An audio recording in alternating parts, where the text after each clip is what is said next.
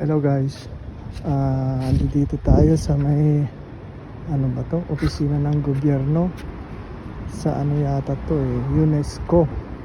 Hanapin natin yung mga flag. Buong mundo yata to, mga flag.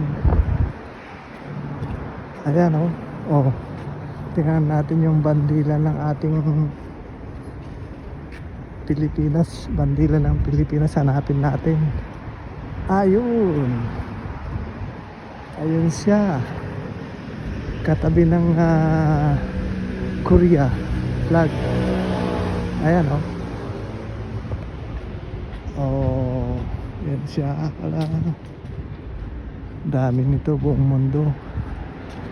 Nasa corner itong opisina to ng UNESCO. Daming flag yan pahaba doon pa sa kabila.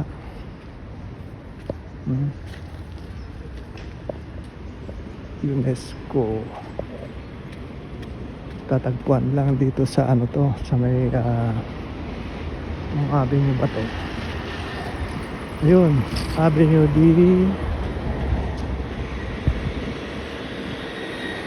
Lowendal.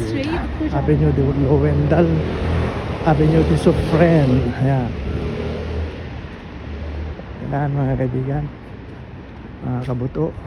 Ito na naman si kabuto ng Phil France 9 naghahanap ng wala. Goodbye.